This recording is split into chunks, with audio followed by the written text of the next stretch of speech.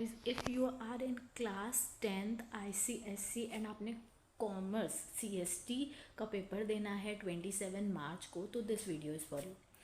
Class 10th ICSE में एक question आता है CST में, जो आता है 10 मार्क्स न्यूमेरिकल का, that is final accounts. Final accounts में trading, profit and loss and balance sheet बनती है।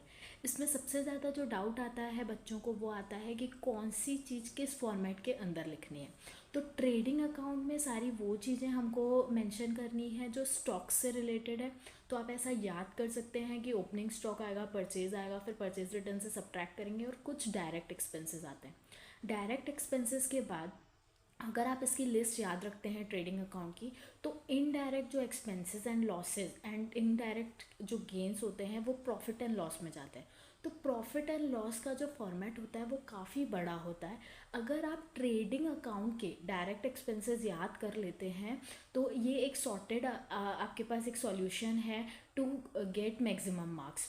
और एक चीज़ मैं आपको ये बोलना चाहूँगी कि सिर्फ और सिर्फ न्यूमेरिकल के पीछे नहीं भागना है हमको। आप 10 to 15 मिनट्स अलॉट कर दीजिए, उससे ज़्यादा आपको नहीं देना है। आप अगर पर्टिकुलर्स भी लिख देते हैं trading account, profit and loss and balance sheet के, तो आपको स्टेप मार्किंग में कुछ मार्क्स मिल ही जाएंगे। आप थ्योरी क्वेश्चंस को नहीं छोड़िए सिर्फ और सिर्फ प्रैक्टिकल करेक्ट करने के लिए। So this was a video which I have to make कि 10 मार्क्स को आप कैसे सिक्योर कर सकते हैं ज़्यादा से ज़्यादा। और मेन की है इस चीज़ की कि आप प्रैक्टिस कीजिए। ट्रेडिंग अकाउंट में क्या आएगा, प्रॉफिट एंड लॉस में क्या आएगा एंड बैलेंस शीट में क्या आएगा, एक बार याद कीजिए, बार बार याद करने की ज़रूरत नहीं है। आप जितनी ज़्यादा प्रैक्टिस करेंगे उतनी आपकी इफ़िशेंसी बनेगी to get better marks and best marks.